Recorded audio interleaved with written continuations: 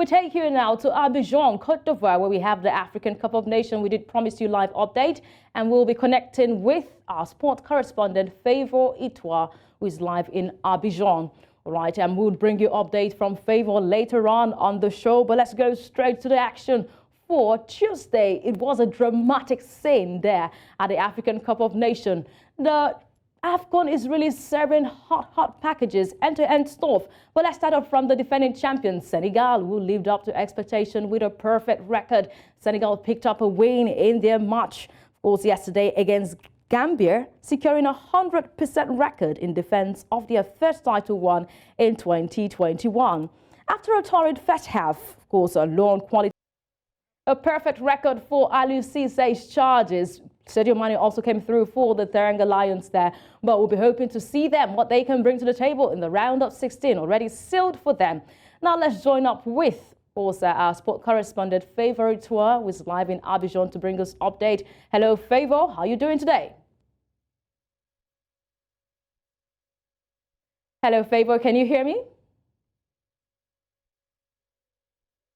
Okay, we'll connect with Favor later on the show. Let's still talk about the matches played in Group C there. We did see Gambia up against Cameroon in that game between Gambia and Cameroon. It took a last minute. Cameroonians have sealed their spots. Now they get to play the Super Eagles of Nigeria in the round of 16, a familiar foe when it comes to the African Cup of Nations. Let's quickly connect with our sport correspondent, Favor Itwa. Favor, I'm very sure you're there. Thank you so much at this time for standing by.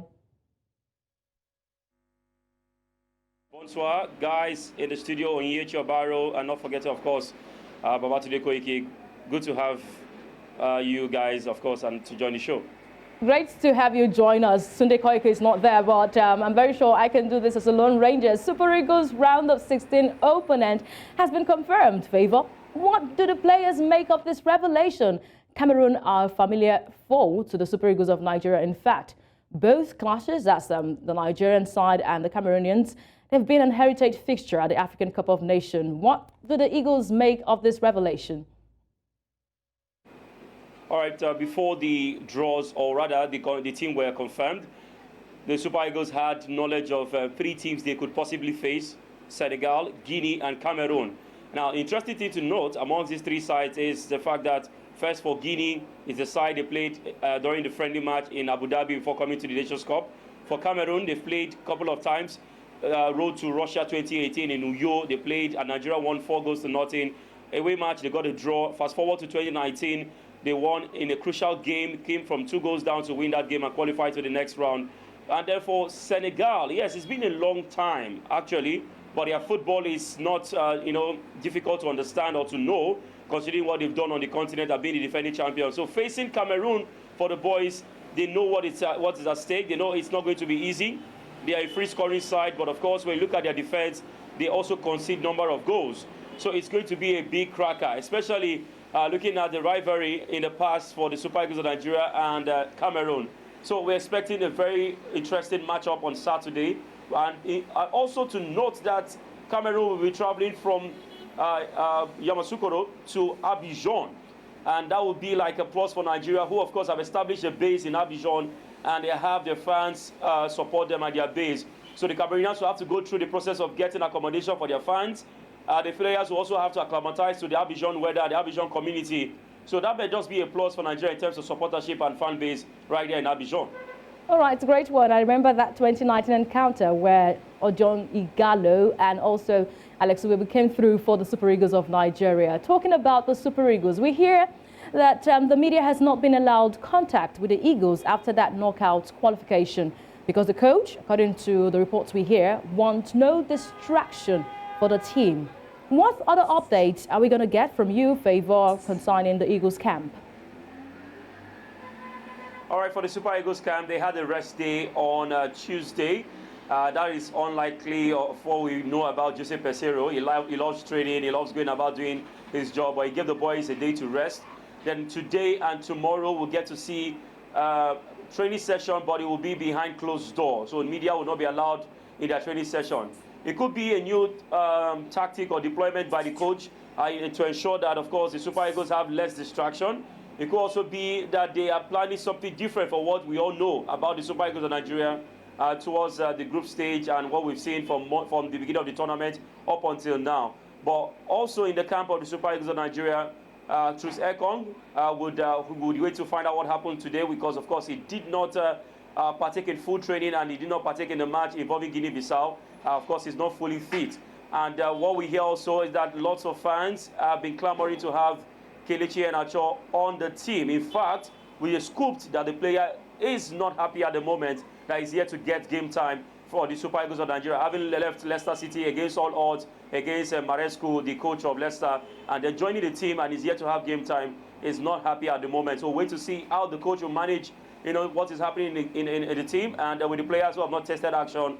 And against the Cameroonian side, known to the likes of Victor Osimhen, amongst others, because we have Anguissa in Cameroon, who plays for Napoli. We'll wait to see how he selects his team. But right now, the only opportunity we would have to get to see the Super Eagles of Nigeria train will be on Friday, and that will be for 15 minutes, and of course, the pre-match press conference. There have been a lot of misconduct from both players and officials at the tournament, awaiting the Confederation of African Football's reaction. What have been the deliberations so far concerning the investigation into these misconducts? For the misconduct, I must say that CAF have been slow when it comes to getting the decision and meting out punishments to offenders. For instance, we've seen aggression from fans from 3 different countries, the likes of Algeria, the likes of Ghana, and the host nation, Cote d'Ivoire, talking about these 3 countries. Until now, CAF has been delaying against what we expected from them. I mean, it's a tournament, yes, but there should be prompt action as to what we have with these crowd violence. We get to see players get at themselves, especially the DR Congo and the Morocco game. But according to what we hear, they are currently investigating the issue. Of course, they started investigations some days ago. We'll wait to see what the final verdict is. I think CAF at the moment is overwhelmed with lots of activities going on right here in Abidjan. In fact, they have a stationary office right here in Abidjan, and they seem to be claiming to do so many, but then we are seeing so little from the output. I mean, different instructions being given. For instance, when you get to Abidjan, Alassane Ouattara Stadium, there's a rule and regulation which allows that you use your mobile device to get content from the mix zone. But right here at the Félix Houphouët-Boigny Stadium, it's a different case, and you're wondering, it's the same body that organizes this tournament. How come we have different communications being meted out to organizers or volunteers in the tournament? So I think CAF is still yet to get to that maximum place whereby they can actually do things on the spot or on the go in the tournament. Okay, we'll be hoping that they can handle, as they've increased the tournament from 16 participating teams to 24, to whom much is given, more is expected. Thank you so much, Favour Itwa, for that update there, coming live from Abidjan. We go on a short break, and when we come back, we'll be touching all the matches played in Group D, the last of them, and we'll see who has made it to the round of 16 of the African Cup of Nations. Don't go anywhere in the game.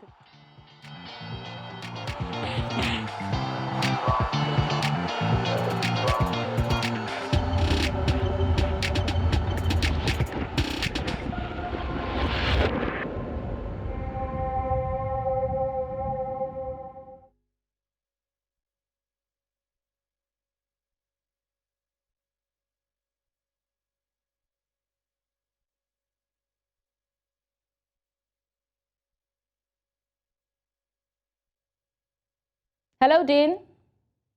Good afternoon. I am Onyinyechi Ogu-Obaroh. Thank you so much for joining us today. Can you hear me? Yes. Okay.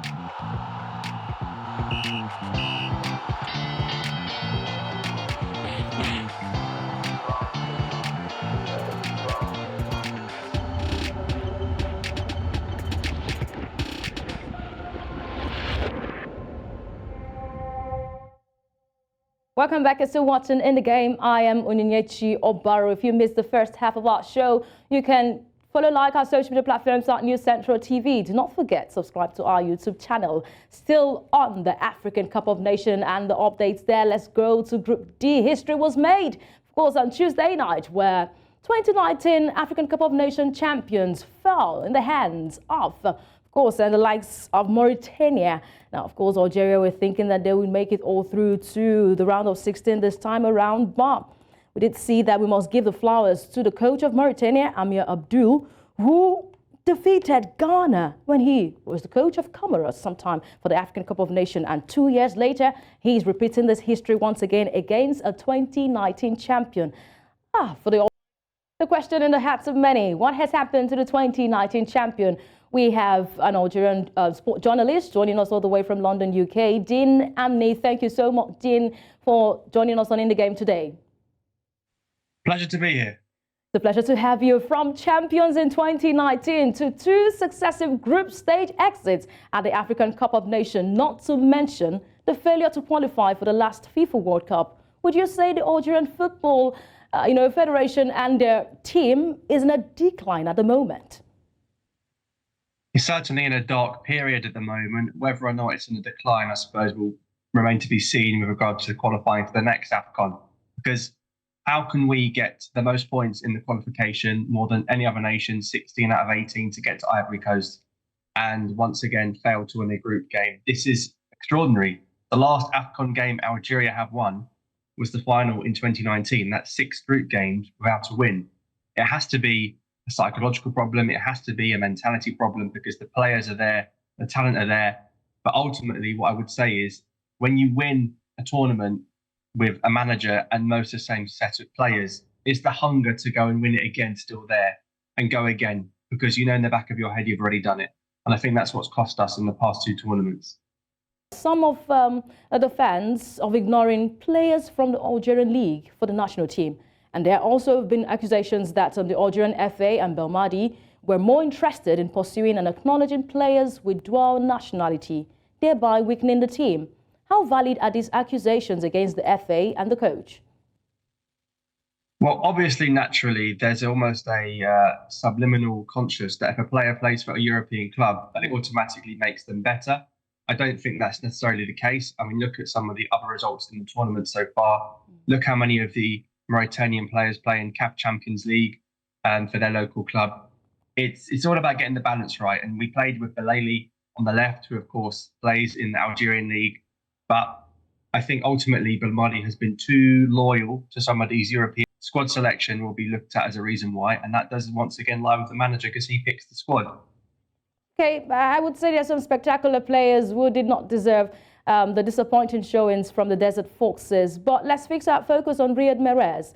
There are talks that the team captain is on the verge of announcing his retirement from international football after that exit. Is this a hasty decision, or his experience will be needed in any rebuild for the national team?